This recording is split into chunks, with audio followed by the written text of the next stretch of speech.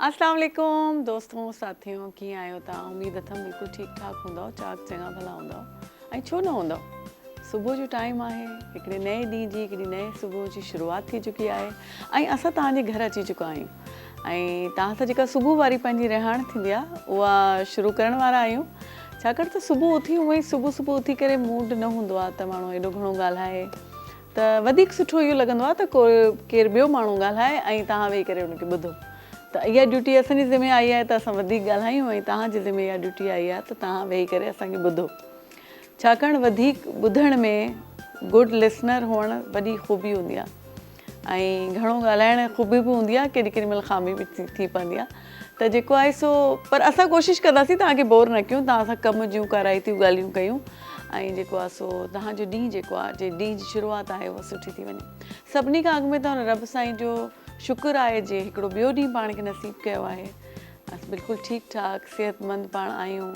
ऐं पंहिंजी रुटीन जी लाइफ शुरू करे चुका आहियूं ऐं ॿी ॻाल्हि इहा त अॼुकल्ह सियारो आहे न त थोरो सुबुह उथंदा आहियूं त तबियत अजीब हूंदी आहे हिकु त हंधि मां निकिरण जी दिलि न आहे चवंदी ॿियो त स्किन जा मुख़्तलिफ़ प्रॉब्लम्स असांखे थी वेंदा आहिनि छाकाणि सभिनी खां वधीक जेकॾहिं पंहिंजे पाण निगलेक्ट कंदा आहियूं पंहिंजी स्किन खे कंदा आहियूं जंहिंजो पाण खे सभिनी खां वधीक ख़्यालु रखणु घुरिजे छाकाणि असांखे त मेकअप बि करणी हूंदी आहे त जेसि ताईं भिति सही न हूंदी हुनजो सही प्लस्तर थियल न हूंदो उनखे पाणी वाणी सही ॾिनल न हूंदो जेकी माण्हू इहो कमु कंदा आहिनि उनखे ख़बर हूंदी त जेसि ताईं भिति सुठी न हूंदी त हुन ते सुठो पेंट न आहे थी सघंदो त असां पंहिंजी जेका इहा जेका भिति आहे जेका स्किन आहे हिनखे सुठो कंदासीं हिनखे पाणी बि ॾियणो आहे हिन जो ख़्यालु बि रखिणो आहे ऐं हिनखे सिहतमंद रखिणो आहे हेल्दी रखिणो आहे उनजे लाइ ज़रूरी आहे त खाइण पीअण जो बि ख़्यालु रखिणो आहे ऐं मथां इन जी केयर कीअं कजे कहिड़ियूं प्रोडक्ट्स लॻाइजनि लोशन केॾी महिल लॻाइजे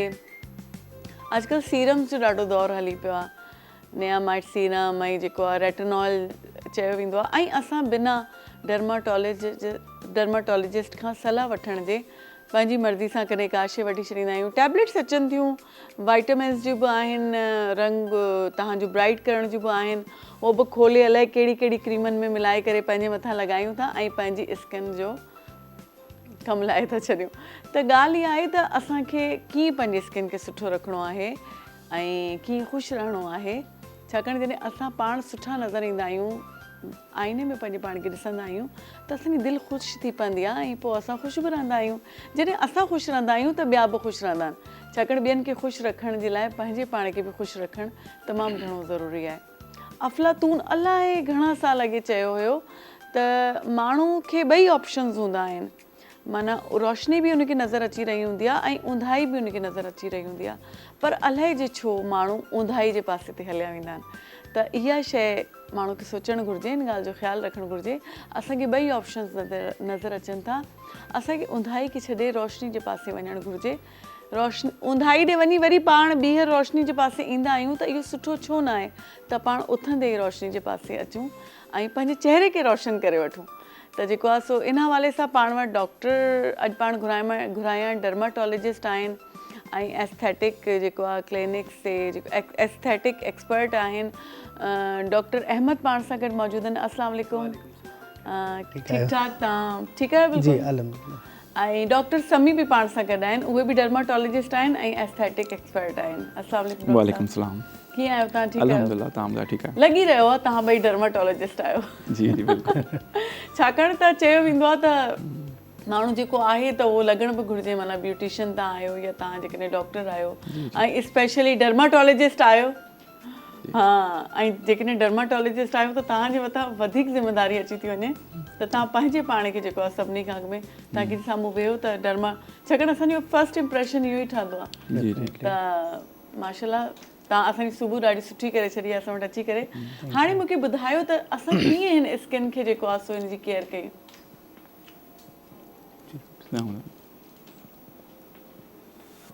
जी उर्दू में बात करते हैं ताकि हमारे जो ऑडियंस हैं सबको समझ में आ जाए तो ज़्यादा बेटर रहेगा अच्छा हेल्दी सबसे पहले हेल्दी स्किन के लिए आपको जो है हेल्दी लाइफ स्टाइल अपनाना चाहिए ठीक है आपको जो है वो नेचुरल जो प्रोडक्ट्स हैं वो यूज़ करनी चाहिए फ्रेश फ्रूट्स हो गए वेजिटेबल्स हो गए अपना लाइफ स्टाइल जो है वो बेहतर करना चाहिए। आपने प्रॉपर 8 घंटे की स्लीप लेनी है और हाइड्रेशन अच्छी रखनी है, आपको सन प्रोटेक्शन करना है और जो है अपने आप को डस्ट एनवायरनमेंट से बचाना है। तो ये सबसे पहले बेसिक चीज़ें आपने इन पे काम करना है। बाकी जो स्किन केयर रूटीन्स हैं वो बाद में आती हैं, पहले तो अपनी लाइफ स्टाइल मॉडिफिकेशंस करनी है आपने। जी, तो इसके लिए पहले हमें कोई अपने एग्जामिन करना चाहिए खुद को, टेस्ट के हमारी बॉडी के अंदर, क्योंकि वो भी तो स्किन के ऊपर आ रहा होता है ना आपके। जी वो तो बेसिकली डर्मेटोलॉजिस्ट का काम होता है। किसी को भी पर्सन को कोई भी अगर स्किन का इशू होता है तो वो खुद से चीज़ें ट्राई ना करें, उससे चीज़ें वर्स हो सकती है। तो वो पहले डर्मेटोलॉजिस्ट के पास जाएं, उनको दिखाए। किसी को लेट सपोज एक्नी होती है तो वो खुद से अपने जैसी टोटके अप्लाई करते हैं, जो एक्नी बढ़ के फिर इन्फ्लेम हो जाती है, फिर वो मॉडरेट से लेकर सीवियर कैटेगरी तक चली जाती है। फिर एक्नी के बाद स्कार बन जाते हैं जो कि फिर अनट्रीटेबल होते हैं। तो बेहतर है कि स्किन के डॉक्टर के पास जाना चाहिए, फिर वो प्रॉपर हिस्ट्री लेता है और एग्जामिन करता है, फिर अकॉर्डिंगली जो ड्रग ऑफ चॉइस होता है वो देता है डॉक्टर। अच्छा जी। तो एग्जामिन करने के लिए मतलब हमें कोई बेसिक टेस्ट होते हैं जिससे हमारी स्किन, जो हमें स्किन प्रॉब्लम्स हो रहे हैं, तो हमें क्या हार्मोनल टेस्ट करवाने चाहिए? कौन सा टेस्ट? वो डिपेंड करता है कि कौन सा डिसऑर्डर है। अब एक्नी के बहुत सारे रीजंस हो सकते हैं, जिसमें अगर आपने हार्मोनल की बात की तो एक सिंड्रोम होता है पॉलीसिस्टिक ओवरियन सिंड्रोम, PCOS।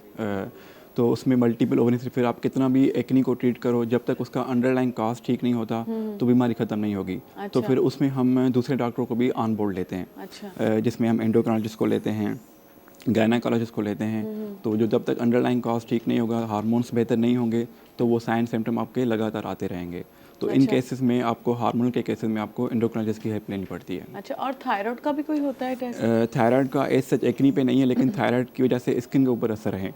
जैसे अगर हाइपोथायराइडिज्म हो जाता है तो उस पर स्किन बिल्कुल ड्राई हो जाती है, डिहाइड्रेशन हो जाती है। और हाइपरथायराइडिज्म में फिर स्किन वेट हो जाती है, बार बार पेशेंट कंप्लेन करता है कि मेरे पसीने आ रहे हैं। अच्छा। तो वो भी हार्मोनल का इफेक्ट है। हेयर फॉल भी इसमें आपके जी बिल्कुल डिस्टर्ब हो अगर थायराइड हार्मोन, तो उसकी वजह से हेयर फॉल, हेयर थिनिंग होना स्टार्ट हो जाता है। अच्छा। जी, आपने वो नाम सुना होगा बालचर या एलोपेशिया। जी, एलोपेशिया। हाँ, तो वो भी स्पेशली हाइपोथायराइडिज्म की वजह से होता है। अच्छा। हाँ, उसके विटामिन डी की कमी की वजह से, हाइपोथायराइडिज्म की वजह से, या अगर फैमिली हिस्ट्री पॉजिटिव हो या ऑटो इम्यून डिसऑर्डर हो तो वो भी होता है हार्मोनल। अच्छा, मतलब विटामिन हमारे जिस्म में सब पूरे होने चाहिए। जी बिल्कुल, न्यूट्रिएंट बेसिक जो हैं आपके, मिनरल्स हैं, विटामिन से, वो कंप्लीट होने चाहिए। तो उसके हम प्रॉपर टेस्ट करवाते हैं, हर विटामिन के वो फिर आप डॉक्टर डिसाइड करता है कि टेस्ट की नीड है या नहीं है, on the basis of clinical sign and symptoms के उस पेशेंट को है या नहीं। लेकिन अगर हम चाहें अपनी, जैसे कॉमन इशू होता है, लड़कियां हमारे पास आती हैं हाइपर पिगमेंटेशन, उनको नक्ल्स के ऊपर होती हैं, हाथों पे डार्क पिगमेंटेशन हो जाती है। अब उसका सिंपल एक रीज़न हो सकता है कि विटामिन B12 कम आता है। तो अगर आप विटामिन B12 कंप्लीट करिए, आपकी वो छाइयाँ जो हैं, हाइपर पिगमेंटेशन है, नक्ल्स, पेट्स, वो आपके बेहतर हो सकते हैं। जैसे कि विटामिन B9 है, वो कम हो गया तो आपके ओरल अल्सर हो सकते हैं, जो आपकी टंग है, ज़बान है, उस पर इन्फ्लेमेशन हो सकती हैं। तो ये बेसिक नीड्स होती हैं विटामिन की। इसके अलावा विटामिन डी का भी बहुत अहम रोल है हमारे, अगर बॉडी में विटामिन डी की कमी है तो ना सिर्फ आपके हेयर, स्किन, नेल्स और बाकी जो बॉडी फंक्शंस है वो भी इससे जो है असरअंदाज होते हैं। अच्छा जी, तो इसके लिए जो है आपको डेफिनेटली डॉक्टर से कंसल्ट करना चाहिए प्रॉपरली। आपको हेयर फॉल हो रहा है, आपकी स्किन जो है वो नॉर्मल से हटके ड्राई है, बहुत ज़्यादा सेंसिटिव हो रही है, या स्किन में इलास्टिसिटी नहीं है, तो definitely U should visit a dermatologist. और वो डेफिनेटली आपके अकॉर्डिंग देख के कुछ टेस्ट वगैरह सजेस्ट करते हैं विटामिन्स के, विटामिन डी का मोस्ट कॉमनली। तो डिफिशिएंसी होती है तो उसको कंपनसेट करते हैं, क्योंकि इसका ये होता है कि सिर्फ आपकी स्किन और हेयर्स पे नहीं, बोन्स पे इफेक्ट होता है आपका। विटामिन डी जो है बाकी जो मेजर बॉडी के फंक्शंस हैं उनमें भी बहुत अहम किरदार है। अच्छा। तो उसके सप्लीमेंट्स वगैरह फिर आपको डॉक्टर प्रिस्क्राइब करते हैं, डिफिशिएंसी कितने लेवल तक है उस हिसाब से देख के। अच्छा, लेकिन ये जो यंग टीन एज हो रहे होते हैं, बच्चे बड़े हो रहे होते हैं, आप देखते हैं ना उनकी प्रॉपर से ये शेप नहीं आती, ब्रिड्स उसकी नहीं आती, तो कुछ बच्चों के बड़े प्रॉब्लम्स होते हैं। तो इसका क्या रीज़न होता है? और बड़ी एज में भी ऐसे होता है कि उसमें मोस्ट कॉमन जो हमारे पास पेशेंट आते हैं वो एलोपेशिया के आते हैं, बालचर के। जी हाँ, तो अगेन एलोपेशिया को हम कॉज देखेंगे कि हाइपोथायराइडिज्म की वजह से तो नहीं हुआ, या विटामिन डी की कमी की वजह से तो नहीं हुआ, या फैमिली हिस्ट्री उसकी पॉजिटिव तो नहीं है, या कोई ऑटोइम्यून बॉडी में डिसऑर्डर तो नहीं है। सही। तो बिल्कुल वो मोस्ट कॉमन एलोपेशिया के साथ आते हैं। लेकिन कुछ बच्चों के तो जब वो टीन एज में आते हैं, जब उनकी आना शुरू होती है तो उनकी प्रॉपर आती ही नहीं है सही से, दाढ़ी नहीं आती। हाँ, बिल्कुल, दाढ़ी नहीं हाँ। आती। और आजकल फैशन में बहुत ज्यादा, ये तो आपको पता होगी। जी जी बिल्कुल। जब से जो है ना अर्तुगरुल ड्रामे और ये सब आए तो हाँ। जो है ना सब बियर्ड बहुत का ज्यादा ट्रेंड हो शौक चुका से है। जी बियर्ड का ट्रेंड हो चुका है। हाँ, बहुत ट्रेंड हो चुका है। तो बच्चे चाहते हैं और वो बेचारे बड़ा भी होना चाहते हैं ना। हमारे बच्चे जब टीन एज में आते हैं तो उनको शौक होता है कि वो बड़े बड़े लगें। आजकल तो बियर्ड ट्रांसप्लांट भी हो चुका है। इन केस अगर बाल नहीं आते हैं, सब ट्रीटमेंट ट्राई कर चुके हैं तो बियर्ड ट्रांसप्लांट करते हैं। जी जी। हमारा जो डोनर एरिया होता है, ऑक्सीपिटल एरिया, वहाँ से बाल निकाल के फिर हम बियर्ड ट्रांसप्लांट करते हैं। और बियर्ड ऑयल्स वगैरह भी आजकल हैं मार्केट में। बियर्ड ऑयल भी हैं, लेकिन अगेन वो देखना पड़ेगा कि कौन से इंग्रेडिएंट्स इसमें हैं। अच्छा। जैसे इसमें आपका विटामिन B7 जो आपका बायोटिन होता है, वो काफ़ी रोल है हेयर ग्रोथ के हवाले से। सही। और बाकी जो मॉइस्चराइजर होते हैं वो भी लगाते हैं इस पे ऊपर। जी हाँ। डॉक्टर समीत, तव्हां सिंधी आहियो? जी जी हाँ। पोइ तव्हां मूंसां सिंधी में छो नथा ॻाल्हायो? भले सिंधी हलो में ॻाल्हायो। ठीकु आहे। मां तव्हांजे ॻाल्हाइण मां महसूसु कयो त जेको आहे सो तव्हां जेकॾहिं सिंधी आहियो त तव्हां सिंधी में ॻाल्हायो जी जी मैम। थोरो घणो, छाकाणि जेकी असांजा ॻोठनि में जेकी नाज़रीन ॾिसी रहिया आहिनि त वो जी हाँ। सही नमूने ॻोठनि जे हवाले सां यादि आयो त कुझु बीमारियूं आहिनि हा जंहिंमें हिकिड़ी स्केबीज़ आहे, जंहिंखे स्केबीज़ ॾाढी कॉमन हूंदी आहे, स्पेशली लो सोशो इकोनॉमिक फैक्टर्स में। माना देही इलाइक़नि में हूंदी आहे। बिल्कुल, जिथे सफ़ाई न हूंदी आहे ऐं हिकिड़े ई घर में मोर देन 10 फैमिली मेंबर रहंदा, मोर देन 8 फैमिली रहंदा, ओवर क्राउडेड पॉपुलेशन रहे थी, त कॉमन असां ॾिसंदा आहियूं जंहिंखे असां पंहिंजो सिंधी में चवंदा आहियूं छुअण वारी बीमारी। ऐं उहा बीमारी अहिड़ी हूंदी आहे जीअं जंगल में आग लॻी वञे, सॼो जंगल में फैली वञे, अहिड़ी बीमारी हूंदी आहे। पोइ उनजो जेको ट्रीटमेंट हूंदो आहे उहो सफ़ाई घणी हूंदी आहे। खोड़ पेशेंट ईंदा आहिनि, लोशन वठी वेंदा आहिनि, पर अनटिल अनलेस जेसिताईं सफ़ाई न थींदी त उहा बीमारी ख़तमु कोन थींदी। त उन ते मां हिकिड़ो मैसेज ॾियणु चाहींदुमि, स्पेशली उन्हनि खे जो हिकिड़े ख़ानदान में more than 1-2 family member affected आहिनि, त उन्हनि लाइ मुंहिंजी इहा एडवाइस आहे त हो हिकिड़ो लोशन अप्लाई कनि जेको ईंदो आहे परमेथ्रिन नाले सां। ॿारनि में थोरे टाइम लाइ हूंदो आहे, वॾनि लाइ 10 खां 12 कलाक, ऐं सॼी राति अप्लाई कनि फ्रॉम नेक टू टो। ऐं सुबुह ते जॾहिं उथनि त गरम पाणी में कपिड़ा वग़ैरह धोइनि, बेडशीट चादरूं सभई। जेसिताईं उहा सफ़ाई न थींदी बीमारी ख़तमु न थींदी। त सफ़ाई तमामु घणी लाज़मी आहे। ये बीमारी सियारे में घणी पकड़जंदी आहे? गर्मियुनि में थी सघे थी, सियारे में थी सघे थी। हा, इन जो को सीज़न सां लिंक न आहे। बसि ओवर क्राउड पॉपुलेशन जे सफ़ाई अनहाइजीनिक कंडीशन में उते थी फैलिजंदी आहे। जी जी। इन जे करे वधीक फैलिजी वेंदी आहे। जी जी हा। पर ॻोठनि जो माहौल असांखे कॾहिं लॻंदो आहे असांखां वधीक हाइजीन आहे। हा, पर पेशेंट मां इवन जॾहिं कैंप वग़ैरह कंदा आहियूं त असां ॾाढा पेशेंट ॾिसंदा आहियूं स्केबीज़ जा। फंगल इन्फेक्शन पेशेंट असां ॾाढा ईंदा आहिनि, टीनिया कार्पोरस जा। उहो कंटामिनेटेड वाटर हूंदो आहे, उहा बि कंटाजीअ सां फैलिजंदड़ बीमारी आहे। पर खाइण पीअण जी बि किन शयुनि खां तव्हांखे एलर्जी हूंदी आहे न? बिल्कुलु उनजे करे तव्हांखे स्किन ते ईंदी आहे एलर्जी खे असां पंहिंजे मेडिकल टर्म्स में अर्टिकेरा चवंदा आहियूं, जंहिंजो 90% कॉमन काज़ फूड ई आहे, स्पेशली सी फूड थी वियो, या अगरि फूड खां असां हटी करे चऊं था पेनाडोल सां कंहिंखे एलर्जी थी सघे थी, उहो डिपेंड थो करे पेशेंट टू पेशेंट, कंहिंखे कहिड़ी शइ खां एलर्जी थी सघे थी। त पर मोस्ट कॉमन फूड काज़ हूंदो आहे सी फूड थी वियो, कंहिंखे लेग्यूम्स खां थी वियो, कंहिंखे दालुनि खां थी वियो, त उहो नोट करणो हूंदो आहे। एग खां थींदो आहे। ॿियो इहे स्केबीज़ जेका चवंदा आहिनि हिकिड़ो को जीत को बिल्कुलु माइट हूंदो आहे, जिस्म ते फिरंदो आहे, उनजे करे इहा सॼी इंफेक्शन या जेको माइट आहे उनखे चइबो आहे सार्कोप्टीज स्केबी वॉर होमिनिस, उनजो नालो आहे मेडिकल टर्म। उहो लिकी वेंदो आहे कपिड़नि में, त इन करे असां बार बार काउंसल कंदा आहियूं त पंहिंजा कपिड़ा बेडशीट गरम पाणी में धोइणा ऐं उनखे बाद में इस्त्री बि कजे त उहो हीट ते मरी वेंदो। जी हा। हूअं बि असांखे ख़बर न आहे, असां माइक्रोस्कोप खां ॾिसूं था असांजे मथां, असांजी स्किन ते असांजी इहे जेकी आई लैश आहे हिन ते अहिड़ा अहिड़ा जीत वेठा, तव्हां ॾिसंदव त परेशान थी वेंदव। हिकिड़ी मूं ॾिठो हुयो एक्नी आहे, उनजो रीज़न बैक्टीरिया आहे, जेको नॉर्मल फ्लोरा असांजी चीक्स ते हूंदी आहे, जंहिंखे चइबो आहे प्रोपियोनी बैक्टीरियम।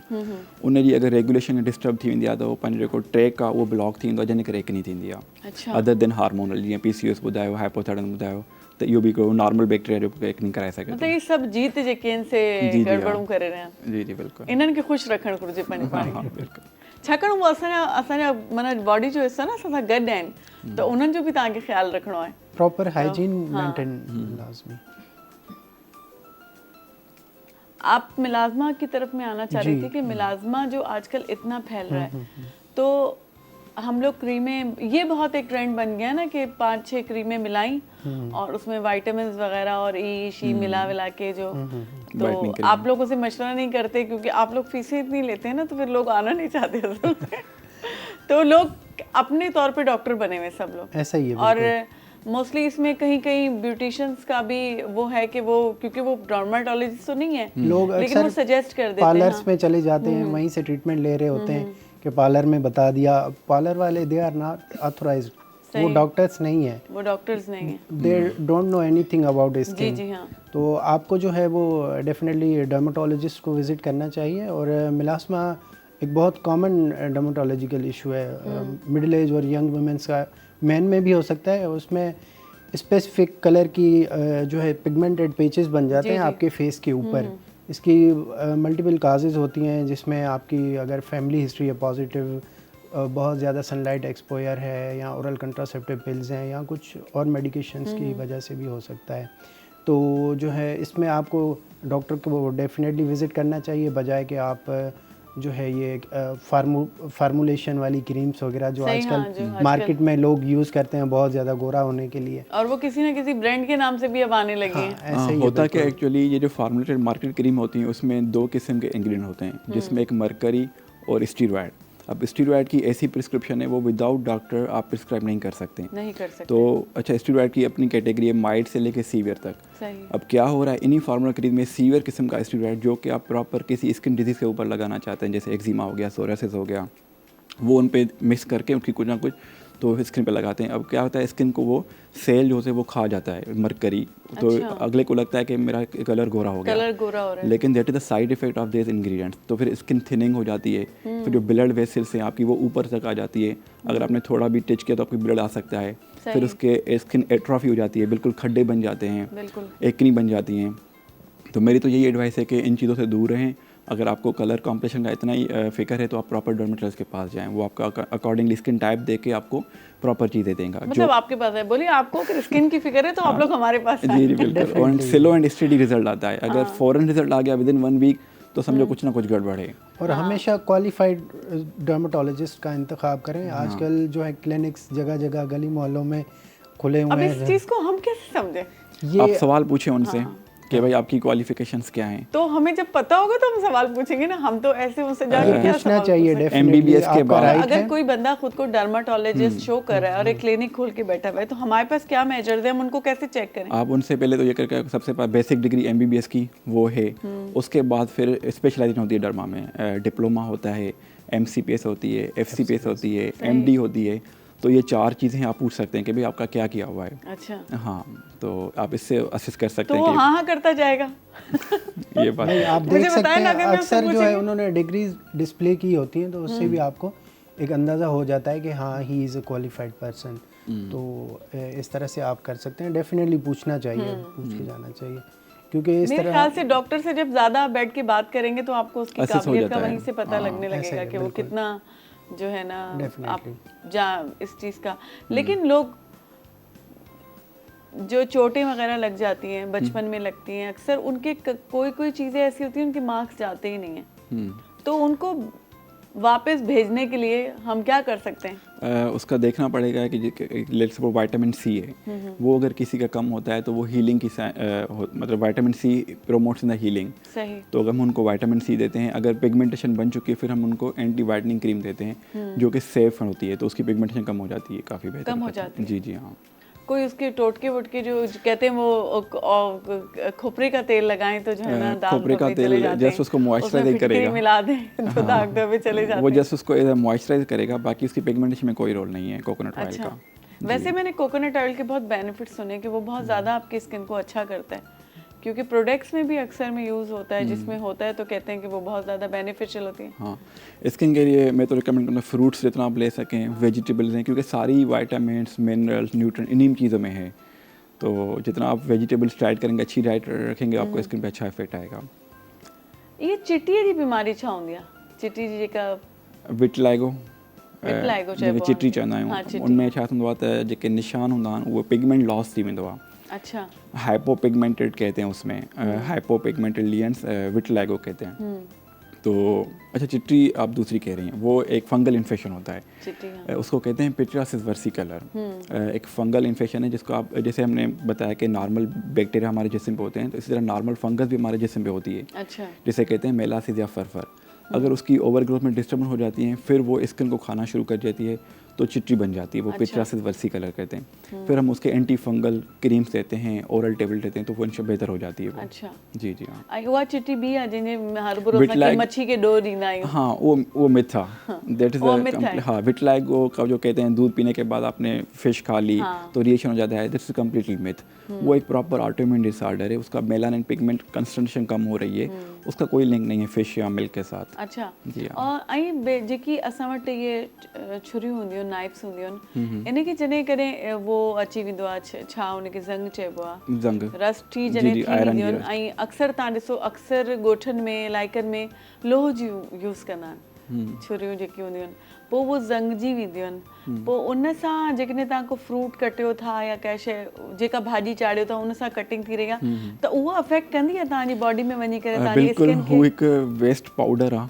जंहिंखे फेरिक ऑक्साइड चइबो आहे। आयरन हमेशह ऑक्सीजन सां रिएक्शन कंदी आहे in the presence of oxygen, जंहिंजे करे उहो ज़ंग असांखे नज़र ईंदो आहे, and that is harmful for the body. उहो न कि स्किन लाइ, पूरी बॉडी लाइ, उनमें पोइ उनखे पेट ख़राबु थी वेंदो, पेट में मरोड़स अची सघनि था, GI डिस्टर्ब थी वेंदो।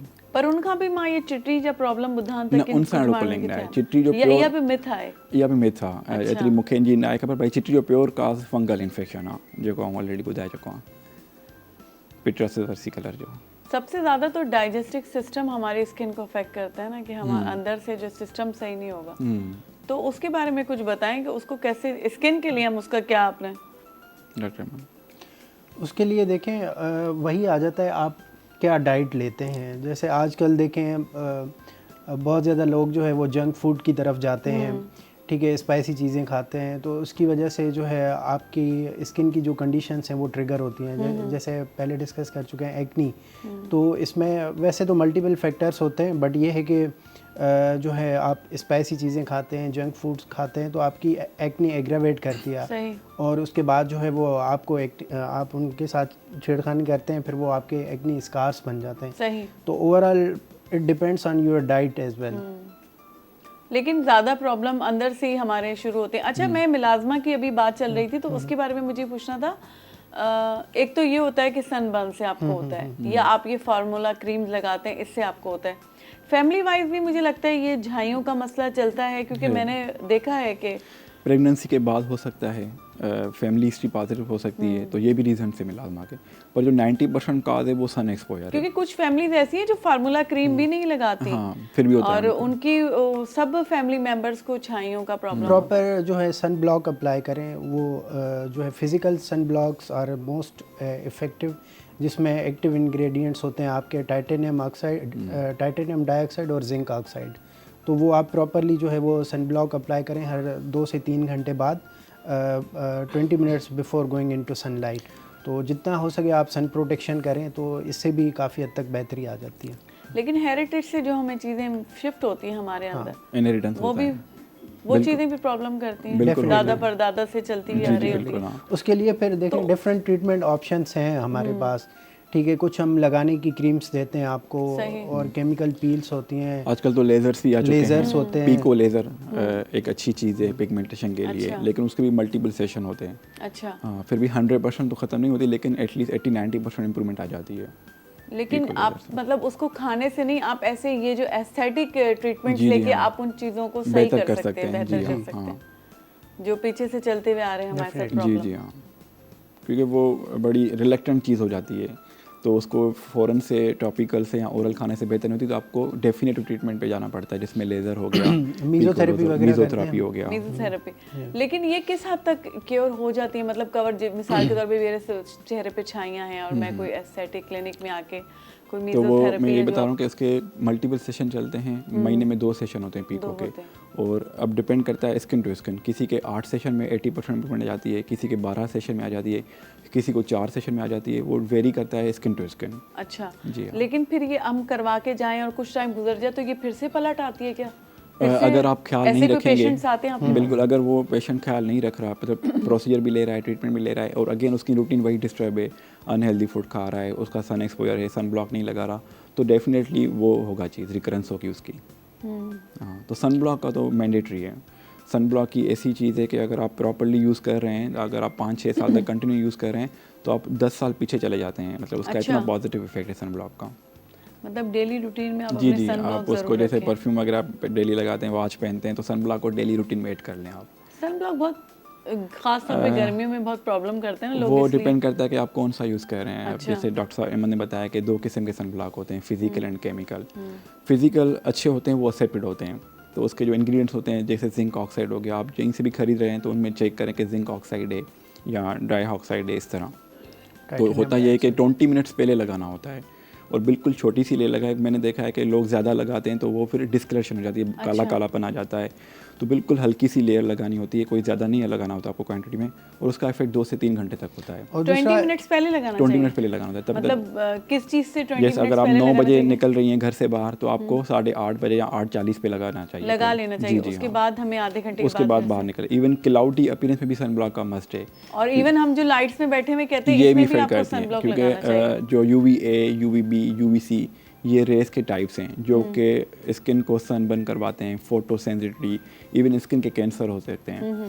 तो उन सन ब्लॉक उन सारी रेस को प्रिवेंट करता है। अच्छा जी हाँ। अच्छा, और सन ब्लॉक जो है एक ही किस्म का हर किसी को सूट नहीं करता। स्किन आपकी किस टाइप की है उसके अकॉर्डिंग जो है वो सन ब्लॉक आपको डॉक्टर प्रिस्क्राइब करते हैं। जैसे किसी की ऑयली स्किन होती है, किसी की ड्राई स्किन होती है, तो उस हिसाब से जो है आपने सन ब्लॉक चूज़ करना है। मतलब ये डॉक्टर ही हमारी स्किन को देख के हमें बताएंगे कि assess क्या हम करके। मार्केट से खुद जाके कोई सन ब्लॉक नहीं ले, Definitely. डर्माटोलॉजिस्ट हमें बताए कि हमें कौन सा। ऑयली स्किन होती है तो फिर हम उनको सीबम कंट्रोल सन ब्लॉक देते हैं, अच्छा, sebum ताकि जो control। आपके सेबेशियस ग्लैंड होते हैं स्किन के अंदर वो कंटिन्यूसली एक ऑयली सबस्टेंस प्रोडक्शन करते हैं। तो हम उस पर अगर नॉर्मल सन ब्लॉक लगाएंगे वो उस पर असर नहीं करेगा। सही। तो आप first of all you have to control the sebum secretion, उसके बाद सन ब्लॉक अपना असर दिखाएगा।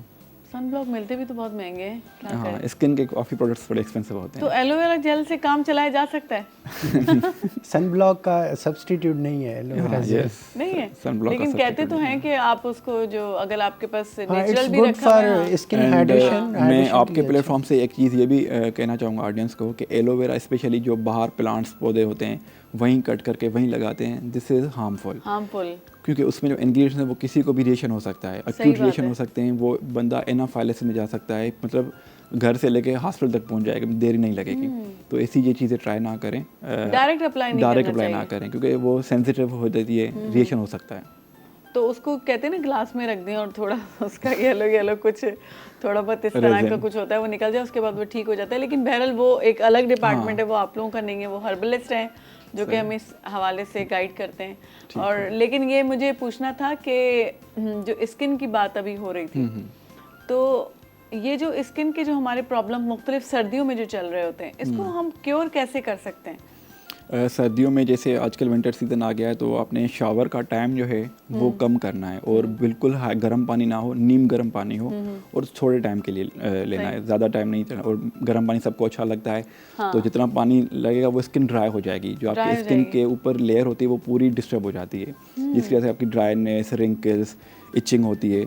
तो आपने जैसे शावर लिया, आपने अपने वेट जिस्म पे ही मॉइस्चराइजर लगा दिया, अच्छा, तो वो उसकी हाइड्रेशन मेंटेन करता है, वो जो आपके वाटर मॉलिक्यूल्स होते हैं वो रिस्टोर हो जाते हैं। और जो कहते हैं पानी, ठंडे पानी से मुंह धोना चाहिए, सर्दियों में भी ये चीज़ हम पे अप्लाई होती है कि हम ठंडे से ही मुंह धोएं, नीम गर्म कहते हैं कि नीम गर्म से धोना चाहिए, क्योंकि बहुत ज़्यादा जो गर्म पानी होगा ना, उससे आपका जो मॉइस्चर है स्किन का वो बेसिकली लॉस हो जाता है, तो बहुत ज़्यादा ड्राइनेस हो जाती है। तो रिकमेंडेड ये होता है कि आप नॉर्मल या नीम गर्म पानी से जो है वो आप शॉवर ले सकते हैं, फेस वॉश कर सकते हैं। आजकल आपने देखा होगा बहुत से लोग, सेलिब्रिटी भी एक वीडियोस बना रहे हैं जो आइस वाटर बिल्कुल होता है, और उसमें बहुत सारे चिल्ड बिल्कुल वाटर होता है, उसमें अपना फेस उसके अपने बेनिफिट्स हैं। तो उसका कोई बिल्कुल, उसके आपके जो ब्लड सर्कुलेशन हो जाती है उसका टेम्परेचर हमें कम करना होता है, जो उससे यह फ़ायदा होता है, जो आपके ब्लड में फ्री रेडिकल्स होते हैं, लाइक सपोर्ट्स के कुछ हार्मफुल केमिकल्स होते हैं, उनकी फ्रीक्वेंसी में कम हो जाती है। जी बिल्कुल, एंटी इन्फ्लेमेटरी। तो मतलब ये अच्छा है, करना चाहिए। जी हाँ बिल्कुल। बाहर के मुल्कों में तो प्रॉपर उनके शॉप्स बने होते हैं कि आप आएँ यहाँ पे ये चिल्ड बाथ लें। अच्छा। और बिल्कुल टेम्परेचर कम होता है, अराउंड 4 डिग्री 2 डिग्री होता है, तो वो स्किन के लिए बेनिफिशियल है। लेकिन वो के लिए 2 टाइम्स beneficial पर मंथ आप ले सकते हैं, उसको फ्रीक्वेंटली नहीं ले सकते। अच्छा, और लेकिन ये हम जो हम फेस अपना डिप करते हैं ठंडे पानी में, ये हम डेली बेसिस पे कर सकते हैं या इसको डेली भी बेसिस पे मैं नहीं रिकमेंड कर नहीं सकते? करूँगा। जी हाँ, वो भी जब शादी वगैरह में जाना हो तो कर लें, जब आपने अच्छा सा मेकअप करवाना हो तब कर लें, तब करना चाहिए। जी हाँ। हेयर फॉल के हवाले से हमारी बात रह गई, हेयर फॉल जो है उस हवाले से हेयर फॉल कॉमन इशू है फीमेल्स में मेल्स में दोनों।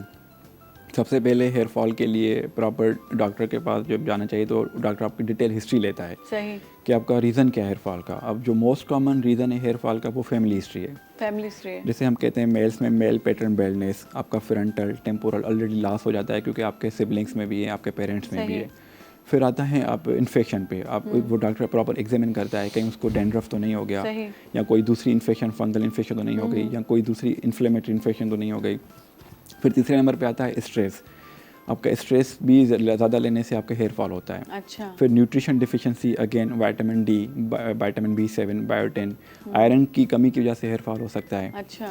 तो सब हिस्ट्री डिटेल लेके फिर हम प्रॉपर एग्जामिन करके फिर हम अकॉर्डिंगली ट्रीटमेंट देते हैं हेयर फॉल और कुछ सीरम्स वगैरह आप देते हैं लगाने के लिए? जी, सीरम्स ही होते हैं जिसमें कोलाजन के सीरम्स होते हैं, मेरिन एक्सट्रैक्ट के होते हैं, और अपना जो है बायोटिन हो गया, और आपका एक पी एक्सट्रैक्ट होता है, वो भी सीरम काफ़ी अच्छा होता है बालों के लिए। ऑनियन ऑयल और ऑनियन वाटर आजकल बहुत ज़्यादा जो है ना वायरल है, इन है वो और ये बात सब्जी वालों को पता भी चल गई है और लोगों ने बहुत जो है ना प्याज के प्राइस भी बढ़ा दिए। तो इसको हम जो है ना इसके बारे में कुछ बताएं। ये तो एक वो समझो कि टोटको में ये चीज़ आ गई कि वो उसका मेडिकल कोई साइंटिफिक प्रूव नहीं है, बस वो बालों को टेक्सचर थोड़ा बहुत इम्प्रूव करता है। इसमें ये है कि एक जो उसका इंग्रेडिएंट होता है नाइट्रिक ऑक्साइड, तो उसका इफेक्ट ये होता है जब आप अप्लाई करते हैं तो वो आपकी जो है ब्लड सर्कुलेशन को टेम्परेरी तौर पे बेहतर करता है जी। तो इस वजह से जो है इसका यूज़ करते हैं। हेयर फॉल रुकता है इससे किसी हद तक, वैसे प्रूव्ड स्टडीज नहीं है इस पे। अच्छा, प्रूफ स्टडीज नहीं है, लेकिन मैंने सुना है मिनॉक्सिन एक होता है जो हेयर फॉल में अक्सर दिया जाता है आप लोगों की तरफ वो से, होता उसमें है। कहते हैं उसमें भी ऑनियंस के कोई एक्सट्रैक्ट्स होते हैं, कुछ होता है उसमें? नहीं, मिनॉक्सिन तो एलोपैथिक ड्रग है जो कि FDA अप्रूव ट्रीटमेंट है। उसका बेसिक काम ये होता है कि हमारा एक हार्मोन होता है जिसे कहते हैं DHT, डिहाइड्रोटेस्टोस्टेरोन, उसको ब्लॉक करता है। वो हार्मोन आपके बाल की शेडिंग करवाता है। अच्छा। तो मिनॉक्सिन उस हार्मोन को ब्लॉक करेगा तो आपकी बाल की शेडिंग नहीं होगी। अच्छा जी हाँ। तो इससे मतलब बाल बच जाएंगे या दोबारा उगाएंगे? पर यह है कि वो भी अगेन डॉक्टर की प्रिस्क्रिप्शन पे है और पेशेंट फिर फॉलो पे रहता है, टच में रहता है। अच्छा, मिनॉक्सिल को हम फ़ौरन से छोड़ नहीं सकते। अगर हम फ़ौरन से स्टॉप कर दिया तो आपका रीबाउंड फिनोमेना हो जाएगा, आपके बाल गिरना शुरू हो जाते हैं। तो उसको टेपरिंग करते हैं। लेट सपोज अगर शुरू में 4 पफ सुबह शाम लगा रहे हैं तो फिर आप उनको 1 महीने तक 3 पफ पे लाना है, फिर 2 महीने पे 2 पफ तक, फिर 1 पफ तक, इस तरह टेपरिंग करते हैं। फिर आपके बाल नहीं गिरते। हाँ, चलें ठीक है। तव्हां मेरी जो वॾी महिरबानी, तव्हां टाइम ॾिनो ऐं जेको आहे ॾाढी सुठियूं ॻाल्हियूं थियूं ऐं यकीनन माण्हू घणो कुझु सम्झी वियो हूंदो त इन सियारे में स्किन खे कीअं बचाइणो आहे, ऐं असां बि सम्झी आहियूं त असांखे पंहिंजी स्किन खे कीअं बचाइणो आहे, वारनि खे कीअं बचाइणो आहे। ऐं फ़िलहालु त असांखे पंहिंजो टाइम थोरो बचाइणो आहे, त हलूं था ब्रेक ते, ऐं ब्रेक खां पोइ वरी तव्हां सां गॾु आहियूं। तव्हां काॾे बि न वञो।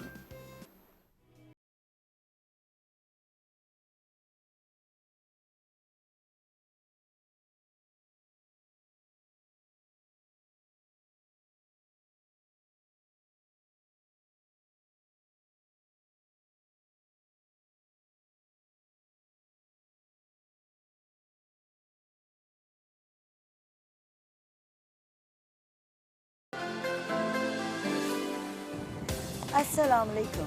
प्रोग्राम आहे सबरन, मां आहियां सुहिणी पारस। प्रोग्राम सबरन में हूंदियूं उहे शख़्सियत जिन अहलियत सां, कम सां, जाखोड़ सां जॻह ठाही आहे असां सभिनी जे दिलनि में। उन्हनि जा तजुर्बा, उन्हनि जा मुशाहिदा तव्हां ताईं पहुचाईंदासीं। उहो ज़मानो अजीब हुयो, उन में ओड़े पाड़े जा ॿार सभिनी जा ॿार हुया। वसे बिट तुंहिंजी भलारा सदा देश परदेश सारा वसन। ॼाणींदासीं उन्हनि खां घणो कुझु पिराईंदासीं। उन वक़्त में सीनियर हुया, उहे सम्झाईंदा बजाए इनजे त तव्हां जे औलाद खे ॿियो केरु दोस्त ठाहे उनखे ग़लति राह ते लॻाए छॾे, तव्हां पंहिंजे औलाद खे जे पाण क़रीब रहो। मां जेको सभिनी खां वधीक हिते PTV ते जेको प्ले एंजॉय कयो अदर देन मारवी, उहो हुयो आईनो। दवा खां कीअं बचंदो, एहतियात कयो। हा, सिधी रीत में शामिल थी सघो था कॉल्स करे।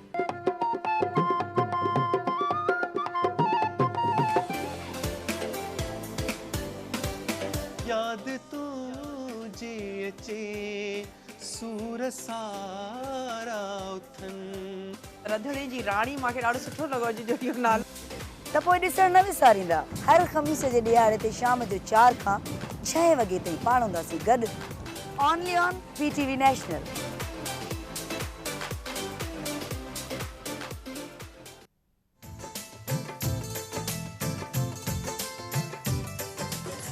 असां खणी पिया अचूं पंहिंजे इलाक़ाई ज़बानुनि जे गुलनि सां सजियल हिकु ख़ूबसूरत गुलदस्तो जंहिंमें कंदासीं मुख़्तलिफ़ महिमाननि सां दिलचस्प कचहरी। गॾोगॾु शामिल हूंदी रूह खे तस्कीन पहुचाईंदड़ ख़ूबसूरत इलाक़ाई मौसीक़ी। गुल चारुका इदामा पशमा कारा कौमी लफ्जांकानी गुलानी यक ग्रंथ चे कि आद्राहे रंग शुमे दिला वती कना शुमर सरकना आईनी जिंदे बारया जोदो आसरातीय मालूमात।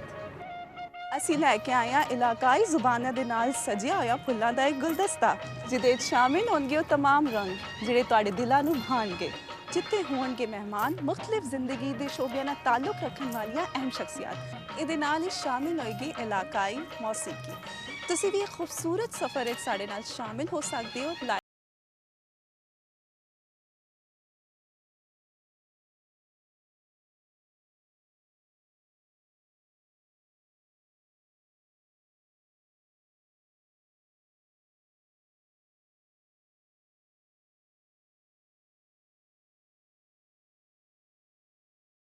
सिर्फ PTV नेशनल पर।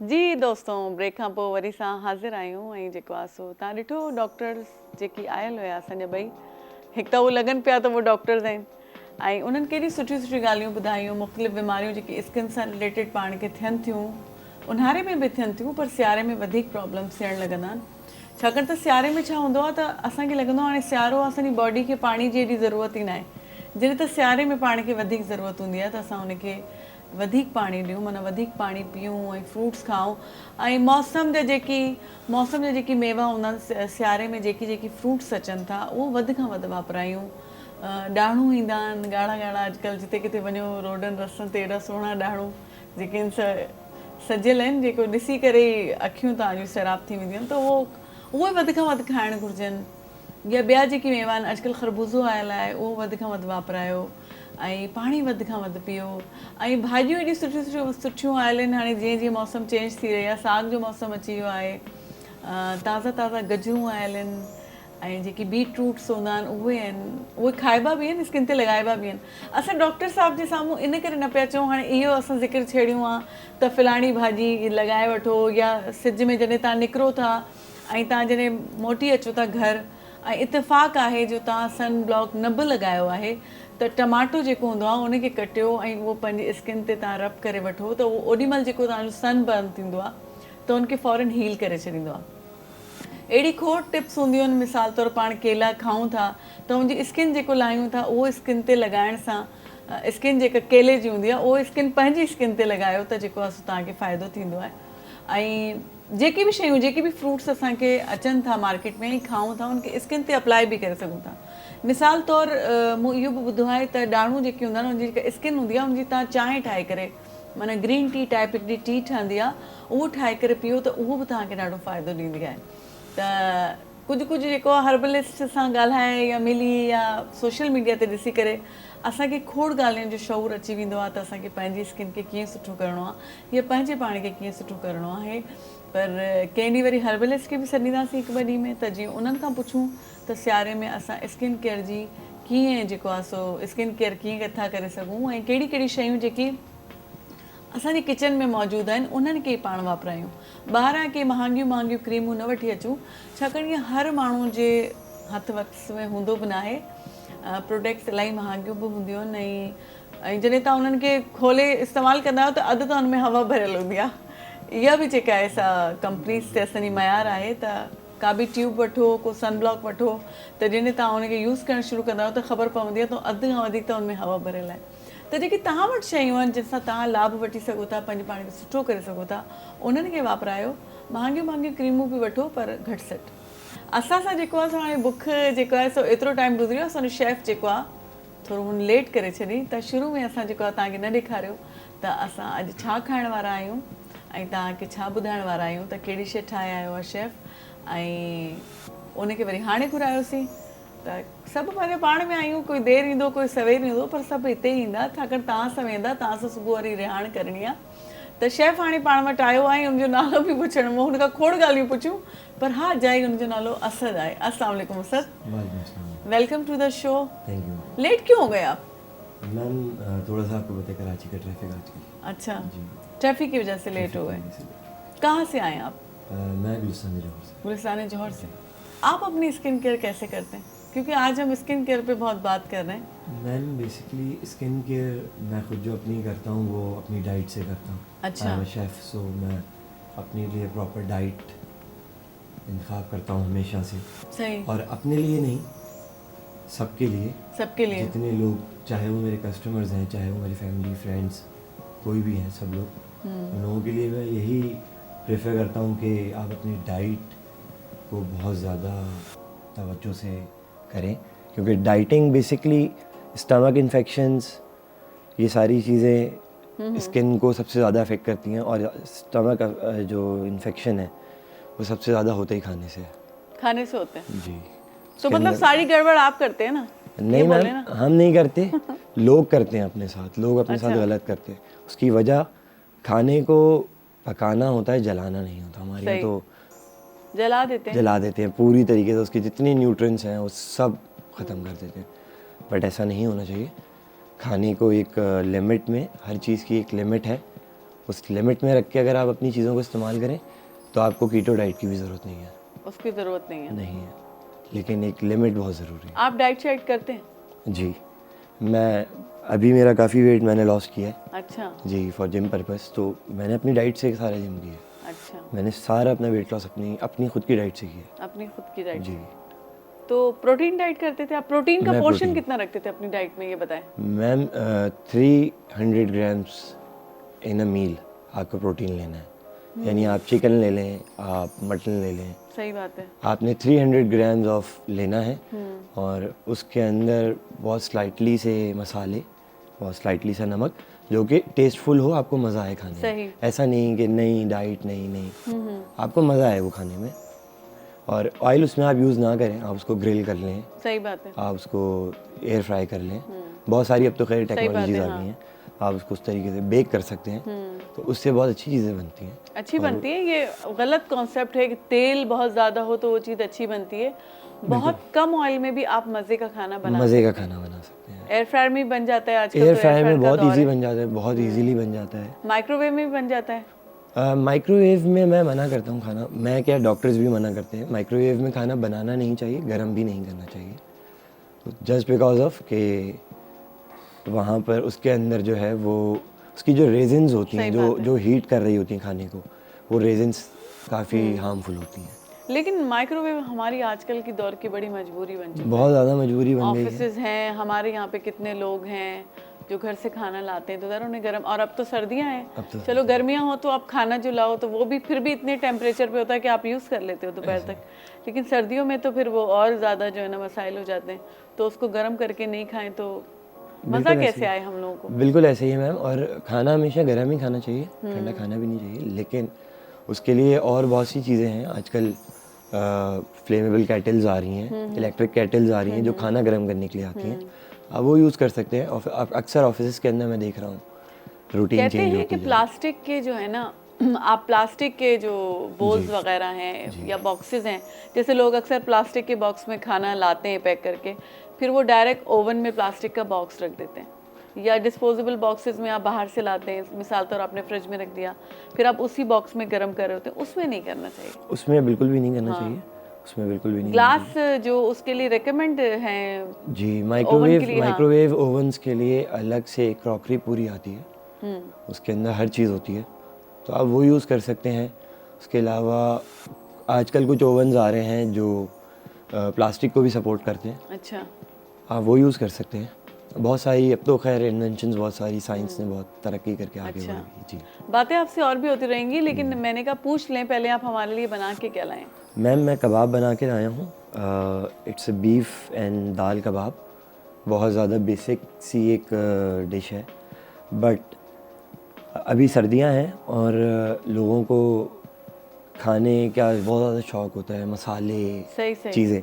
तो इसके अंदर सारे स्पाइसेस वो हैं जो कि मुग़ल टाइम से चलते आ रहे हैं, ठीक है, मुग़ल टाइम से चलते आ रहे हैं, इसकी हिस्ट्रीज़ मुग़ल की हैं, तो आज ये लेकर आए। अच्छे बने हुए हैं कबाब, और जो हम ट्राई करेंगे तो आपको बताएंगे।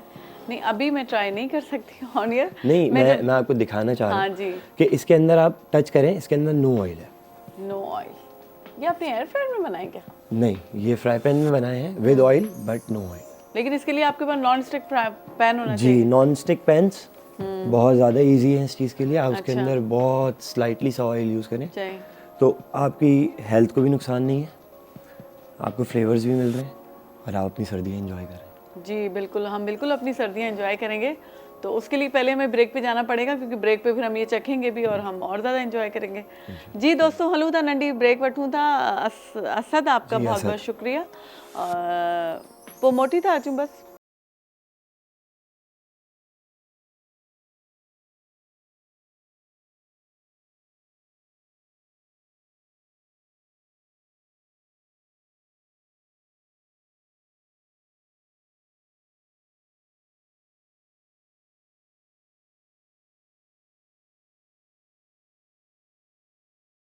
दोस्तों, ब्रेक खां पोइ वरी हाज़िर आहियूं। ऐं जेको आहे सो कबाब पाण ट्राई कया हुया, ॾाढा मज़ेदार हुया, ॾाढा सुठा हुया। ऐं तकड़ में साथ पंहिंजो पेज बि न ॿुधायो किथां जेको आहे सो तव्हां किथां उनखे कॉन्टेक्ट कंदव, किथे ठाराईंदव। पर बहरहाल वरी कॾहिं साथ खे घुराईंदासीं, उहो तव्हांखे डिटेल में ॿुधाईंदो त उहो किथां बिज़नेस कंदो आहे ऐं तव्हां कीअं उनखां ऑर्डर करे सघो था। फ़िलहाल पाण सां हिकिड़ी अहिड़ी महिमान मौजूदु आहे जेके तव्हां हूअं बि रोज़ु ॾिसंदा आहियो स्क्रीन ते, ऐं उहो असांजे PTV जी तमामु पुराणी भातियाणी आहे। PTV नेशनल जी माना सम्झो फाउंडर्स मां आहे। PTV नेशनल जॾहिं ठहियो ऐं जेकी फाउंडर्स ओॾीमहिल हुया जिन्हनि ट्रेंड सेट कयो, जिन प्रोग्राम्स में बाक़ाइदा PTV नेशनल खे खणी हलिया, खणी उहो होस्टिंग हुजे, स्क्रिप्ट राइटिंग हुजे, न्यूज़ हुजनि ऐं ड्रामनि में कमु कयो न कयो हिन ॻाल्हि जी मूंखे ख़बर न आहे। मां चयो इहो बि वरी इंटरव्यू पुछा करे वठंदासीं। तमामु सीनियर असांजी एंकर पर्सन शादिया ख़ानदाद असां सां गॾु मौजूदु आहिनि। अस्सलाम वालेकुम शादिया। वालेकुम अस्सलाम सिंधिया, कीअं आहियो तव्हां? ठीकु ठाक, तव्हां कीअं आहियो? अल्लाह शुक्र, बिल्कुलु ठीकु। बर्थडे वारे ॾींहुं तव्हां असांखे धोखो ॾेई छॾियो, तव्हां न आहियो।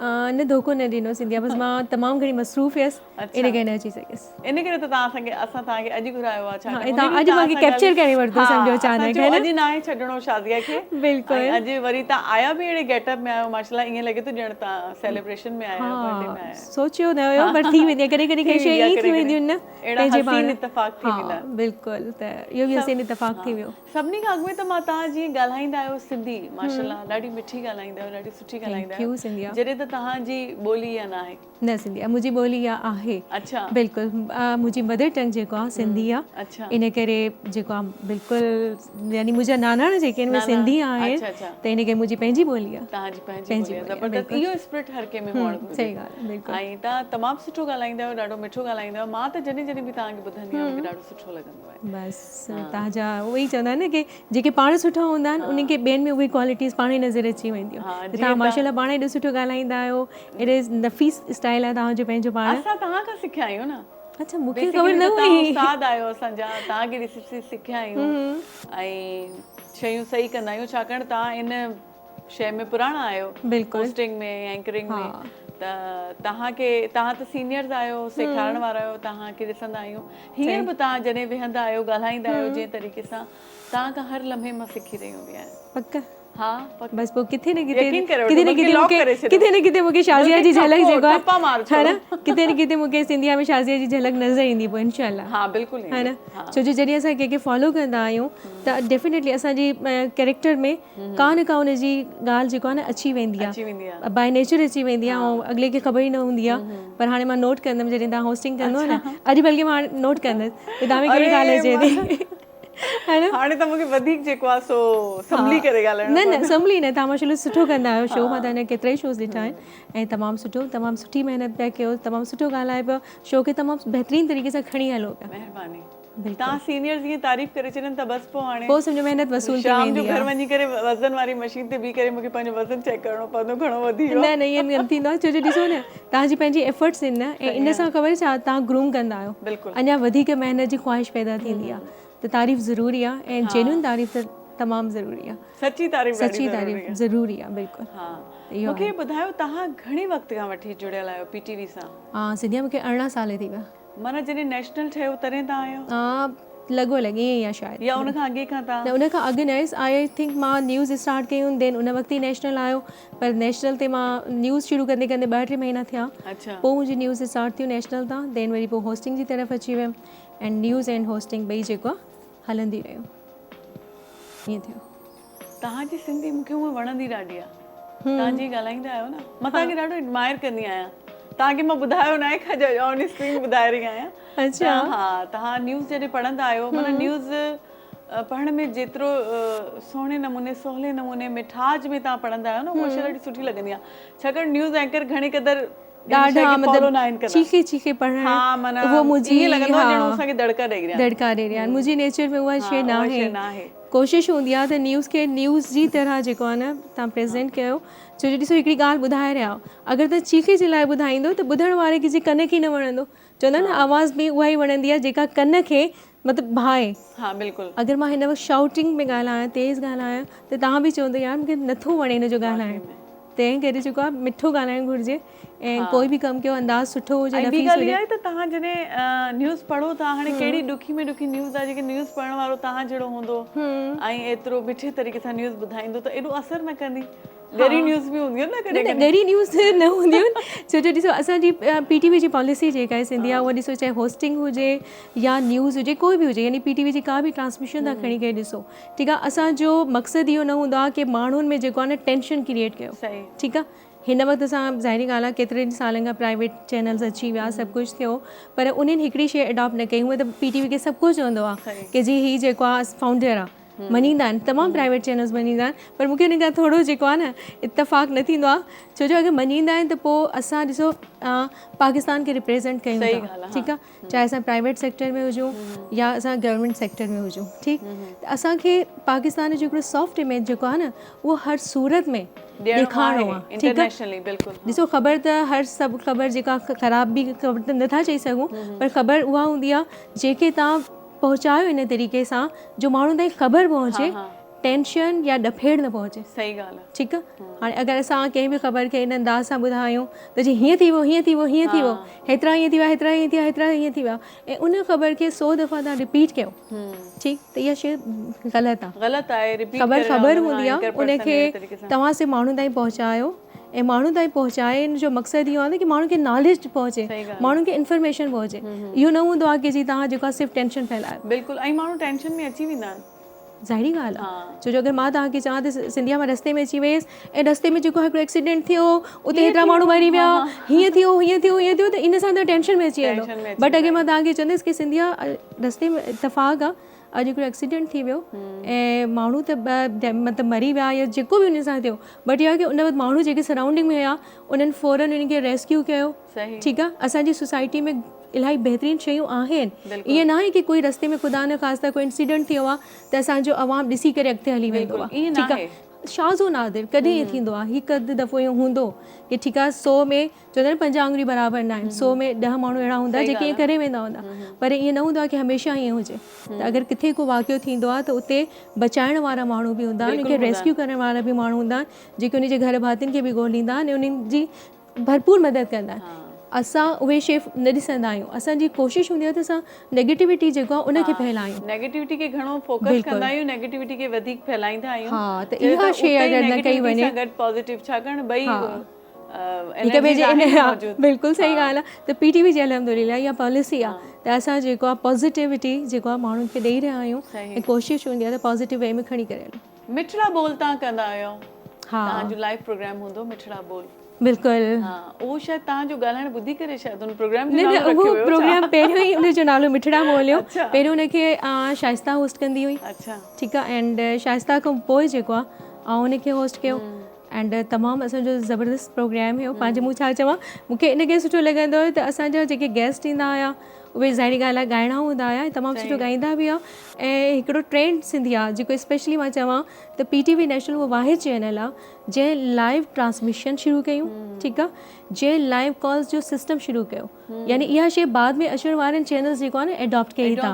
बिल्कुलु, न त PTV नेशनल जी जॾहिं शुरू में ट्रांसमिशन स्टार्ट थी लाइव से मतिलबु लाइव हितां शोज़ बिल्कुलु कंटिन्यूसली थींदा हुआ, ॾींहुं राति थींदा हुआ, को इवेंट अहिड़ो न हूंदो हुयो जंहिंजी ट्रांसमिशन लाइव न वञे। त उन ज़माने में उन वक़्तु लाइव ट्रांसमिशन में जेका को अहिड़ो चैनल न हुयो जेको कंदो हुजे। वरी पोइ लाइव असां जेके कॉलर्स वठंदा हुआसीं पूरे पाकिस्तान जे अलावा 56 कंट्रीज़ में जेको PTV नेशनल ॾिठो थो वञे उते बि इहो हूंदो हुयो त उतां ताईं कॉल्स ईंदी हुयूं।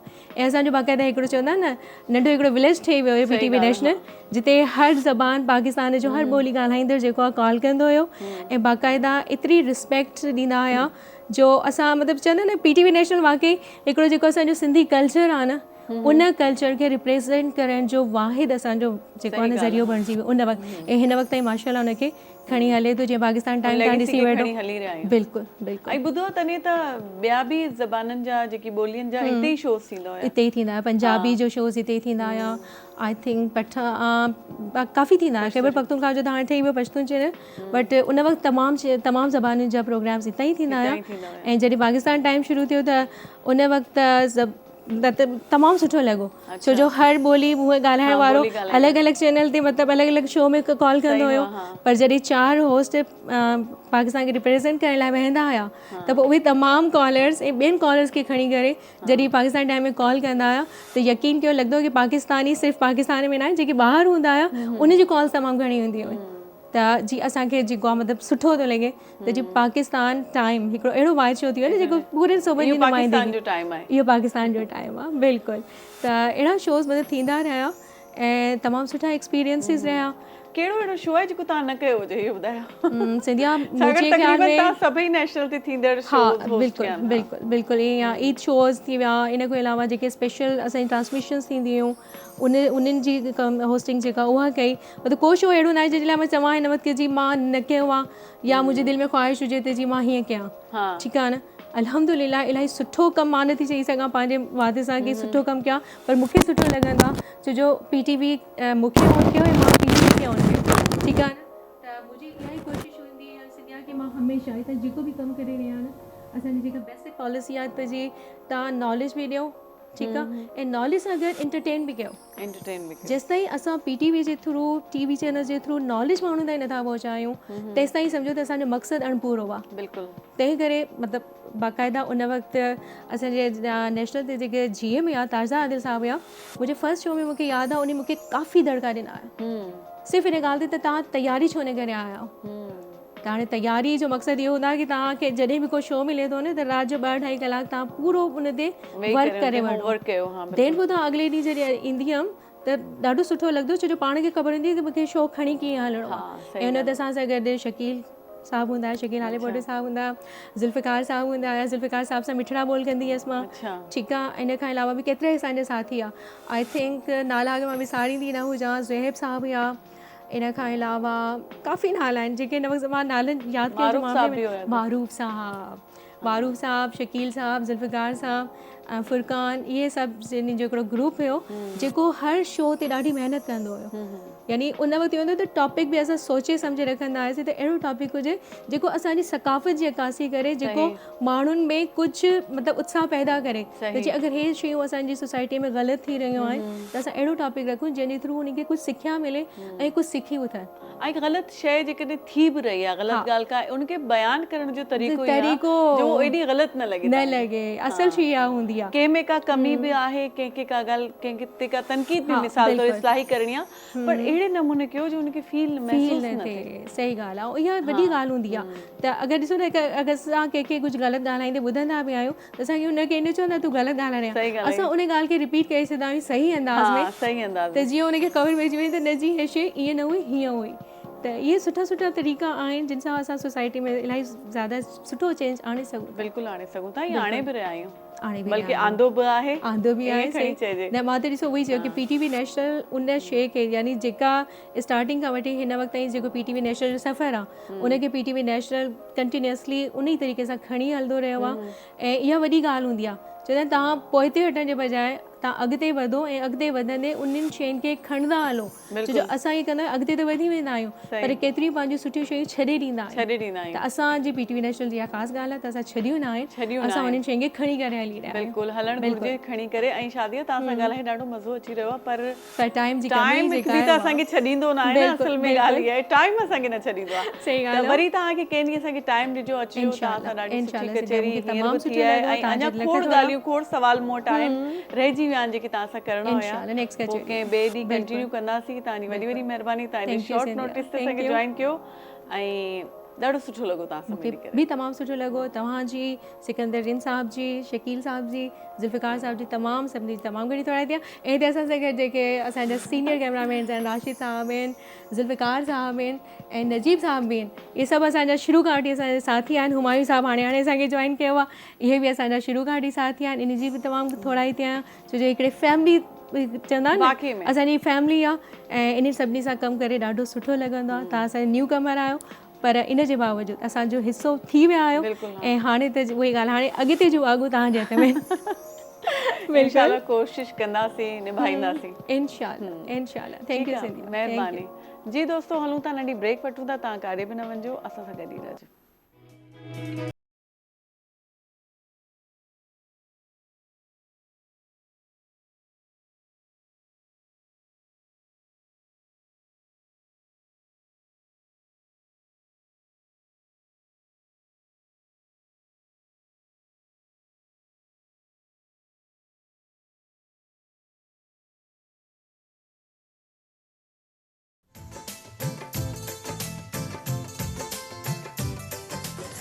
असां खणी पिया अचूं पंहिंजे इलाक़ाई ज़बानुनि जे गुलनि सां सजियल ख़ूबसूरत गुलदस्तो, जंहिंमें कंदासीं मुख़्तलिफ़ महिमाननि सां दिलचस्प कचहरी, गॾोगॾु शामिल हूंदी रूह खे तस्कीन पहुचाईंदड़ ख़ूबसूरत इलाक़ाई मौसीक़ी।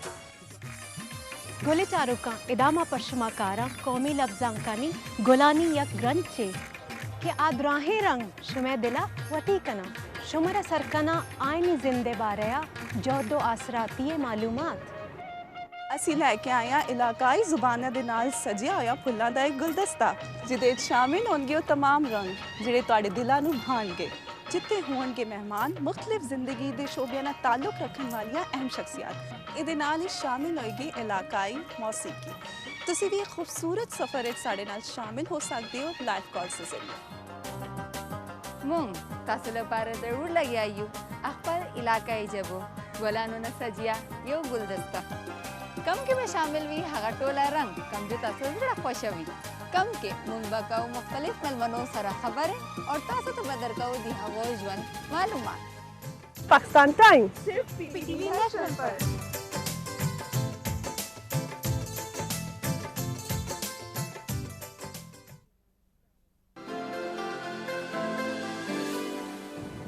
अस्सलाम वालेकुम। प्रोग्राम है सब रंग बाया सोनी बरस।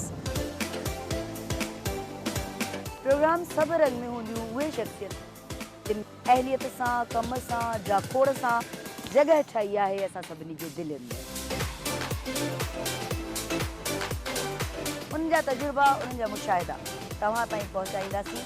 उहो ज़मानो अजीब हुयो, उन में ओड़े पाड़े जा ॿार सभिनी जा ॿार हुया। वसे बिट तुंहिंजी भला रास सदा देश परदेश सारा वसन ॼाणींदासीं उन्हनि खां घणो कुझु पिराईंदासीं।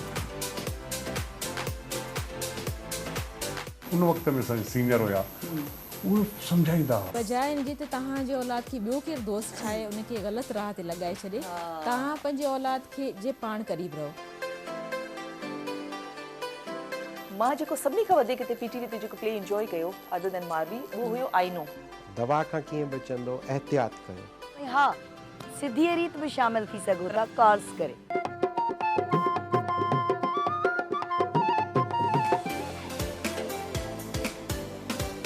याद तुझे अचे सूर सारा उथन। रंधिणे जी राणी मूंखे ॾाढो सुठो लॻो अॼु जो इहो नालो। त पोइ ॾिसण न विसारींदा हर ख़मीस जे ॾियारे ते शाम जो 4 खां 6 वॻे ताईं पाण हूंदासीं गॾु ओनली ऑन पीटीवी नेशनल।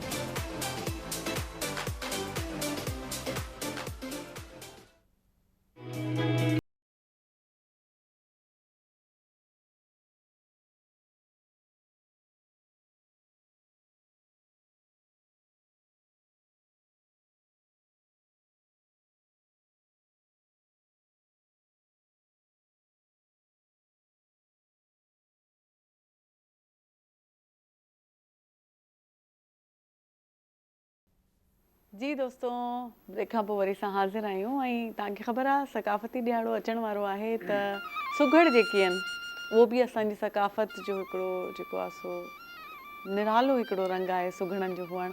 त पाण सां ॿ सुघड़ मौजूदु आहिनि, फ़क़ीर अली नवाज़ लंजवाणी साहब ऐं दीदार अली भट्टी साहब। भलीकार चऊं था तव्हांखे पंहिंजे शो में। महिरबानी, अल्लाह सां तव्हांखे ख़ुशि रखे, आबाद रखे। नंढे हूंदे मूं सबक़ु पढ़ियो सुघड़ ज़ाल, त मां सोचींदी हुअसि त जॾहिं थोरो वॾी थी वियमि ऐं तव्हांजो प्रोग्राम बाक़ाइदा कचहरी हलंदो जंहिंमें तव्हां जहिड़ा खोड़ सुघड़ ईंदा हुया ऐं ॻाल्हाईंदा हुया, त मां सोचींदी हुअसि त इहे कीअं माना सुघड़ ऐं सुघड़ त ज़ाल हूंदी आहे। त मतिलबु मूंखे तॾहिं इन लफ़्ज़ जी इन शइ जी ख़बर न हुई। पोइ जीअं जीअं वॾा थियासीं असांजा बि सम्झ जा दर खुलिया, असांखे बि खोड़ ॻाल्हियूं सम्झ आयूं त तव्हांजो टैलेंट बि सम्झ में आयो। जेको रिदम में ओॾी महिल ॿुधंदी हुअमि उहा शइ वणंदी हुई पर सम्झी कोन सघंदा हुआसीं। त अॼु मौक़ो मिलियो आहे त असां कचहरी करण जो तव्हांखे ॿुधण जो, त ॾाढो सुठो लॻो मूंखे। कीअं तव्हां नंढे हूंदे ईअं कंदा हुया, तव्हां सुघड़ कीअं थियो, माना नंढे हूंदे खां ईअं तुकबंदी या कुझु अहिड़ो हुयो तव्हांजे दिमाग़ में? वॾनि सां कचहरी में वेंदासीं, पोइ गुफ़्तगू कंदा, पोइ उन में मैसेज हूंदो, सुठो पैगाम हूंदो ऐं सुठी इस्लाह हूंदी, पोइ वेही उन में मज़ो ईंदो, वेही ॿुधंदासीं। पोइ आहिस्ते आहिस्ते उहे अंदाज़ खे उन अंदाज़ खे अपनायोसीं ऐं अॻिते हली करे हिन पासे निकिरी आयासीं। तव्हां बि सुघड़ थी वियो। छा ॿुधाईंदो ईअं असांखे? हा, असां ॿुधाईंदासीं त न सिंधू थियासूं जो सुहिणी तरे हा, न सिंधू थियासूं जो सुहिणी तरे हा, न राणो थियासूं जो मूमल मरे हा, न हार थियासूं जो लीला घुरे हा, पशम पेर ससुई जे असां ते रखे हा, पशम पेर ससुई जे असां ते रखे हा, असां त अहिड़ा जबल बि न थियासूं, असां त अहिड़ा जबल बि न थियासूं। जियापे जी हर कहाणी वधी पई, जियापे जी हर कहाणी वधी पई, असां ॾे बि नसीबनि जी राणी वधी पई, असीं बि ज़माने में मायूं का जन्नत, वो फ़क़ति सिंधू तुंहिंजो पाणी वधी पई, फ़क़ति सिंधू तुंहिंजो पाणी वधी पई। हे यारी दा मज़ा यार तॾहिं, हे यारी दा मज़ा यार तॾहिं, जॾहिं यार दी यार को पक होवे, कस कसर दी ॻाल्हि नहीं, नुक़सान भले चा लख होवे, ॿिया कुझु नहीं मंगदा यार ॿुधल, रुॻा ॾेखण वाली अख होवे, रुॻा ॾेखण वाली अख होवे। पता यार दी यारी दा इंज लगदा, जदूं यार नूं यार दी खिच होवे, इधरों मैं निकला उधरों ओ निकले, मुलाकात गली दे विच होवे, लगे तीर जुदाई दा सीने विच, जख्म दो होवन ते दर्द एक होवे, गुलाम फरीदा यारी दा मज़ा तद आंदा, जदूं लाशां दो होवन ते कबर एक होवे, जे तंग होवी सॼी ज़ात कनूं, वाह वाह जे तंग होमी सॼी ज़ात कनूं ॾे साफ़ ॾसा तेरी जान छुटे ते को प्यार कितम तेरा मुजरम हाँ ॾे सख्त सज़ा तेरी जान छुटे रब तू मंगी दुआ ज़ाया नहीं थींदी मंग देख दुआ तेरी जान छुटे एवें मार न शाकर को किस्तां विच ओ यक मुश्त मुका तेरी जान छुटे सौ सूर सुणे सां सुहिणा हाल त सुणे हिकु लोकां कणो इश्क लिकावां लेकिन तंहिं कणो कहिड़ी लिक चोॾींदा चंड वीर मरेंदे मेकूं तेॾी सिक हिकिड़ी राति रिणा चो रुलसी जोड़ी जानी टिक ओ साल टिकी उस्ताद बुखारी तब साह न लासी सिक। वाह वाह ज़बरदस्त। उस्ताद बुखारी जी छा ॻाल्हि कजे। दीदार साहब भी पाण सां गॾु वेठा आहिनि, दीदार अली भट्टी साहब, तव्हां कुझु ॿुधायो प्लीज़। अर्ज़ु थियो मोहब्बत जा बैत फ़क़ीर पढ़िया पे त मोहब्बत जो मुल्क में थो ॾूरां ॿुझे ॾस पिरी परची पाण ई भला जे रिझी करे रस त सादिक चवे सारो करे जग उन्हीअ खे जस तो कुलूफ़त में आ कस हे मोहब्बत मरे ई कान का वाली हिन सिंध ते का अहिड़ी वराण वरे जो सुख्या डुबरा पाण में पोइ भाकुर विझूं भरे हे क़ाइम रहे क़यामत ताईं मोहब्बत कॾ न मरे ओ पंजल थियूं न परे जेसीं जीरा आहियूं हिन जहान में। अर्ज़ु थियो त अल्लाह ॾिसां अखियुनि सां हे सदा सिंध सुखी रहे न काई राज में दाई दर दुखी मूर न पसां मलूक चवे काई ॾाज ॾुखी ओ हाणे भेण बुखी मां साईं न ॾिसां ओ हिन सिंध में। वाह वाह। अर्ज़ु थियो त अचनि यादि कई था दिलदार माण्हू अञा बि के आहिनि मज़ेदार माण्हू खिलाए ख़ुशि कंदा आहिनि कुर्बदार माण्हू से सॾिबा थई महफ़िल जा वरी सींगार माण्हू पर आहिनि सिंध सोहणीअ में सालार माण्हू के पटके टोप अजरक सां वरी निर्वार माण्हू सॾे अची के ॾींदा आहिनि सॾे प्यार माण्हू पोइ मोहे मन विझनि था से मनठार माण्हू मोहे मन विझनि था से मनठार माण्हू के कन क़ैद ज़ुल्फ़नि में सरदार माण्हू के अखियुनि जा अखियुनि ते था कन वार माण्हू हुजे इश्क आला ऐं अश्क बार माण्हू बिना इश्क इंसाना बेकार माण्हू हे दुनिया आहे स्टेज हिते हर को ईंदो कयूं पेश फन वेंदा फनकार माण्हू पर मुंहिंजो ही पैगाम आहे ओ दीदार भट्टी त पंजनि जे ज़िक्र खां न हुजे धार माण्हू न हुजे धार माण्हू। वाह वाह ज़बरदस्त, तमामु शानदार। ऐं असांजे शो खे तव्हां अची करे जेको आहे सो हिकिड़ो तड़को लॻाए छॾियो ऐं ॾाढी ख़ुशी थी तव्हां सां मिली करे। साईं तव्हांजी वॾी वॾी महिरबानी ऐं भट्टी साहिबु तव्हांजी वॾी वॾी महिरबानी। हलूं था नाज़रीन, हाणे वक़्तु तेज़ी सां गुज़री वियो आहे ऐं असांखे वञिणो बि आहे छाकाणि सुभाणे वरी पाण खे अचिणो बि आहे त पंहिंजो वधि खां वधि ख़्यालु रखिजो ऐं जेको आहे सो दुआनि में असांखे यादि रखिजो। हाणे मोकिल ॾियो। अल्लाह हाफ़िज़। पाकिस्तान ज़िंदाबाद।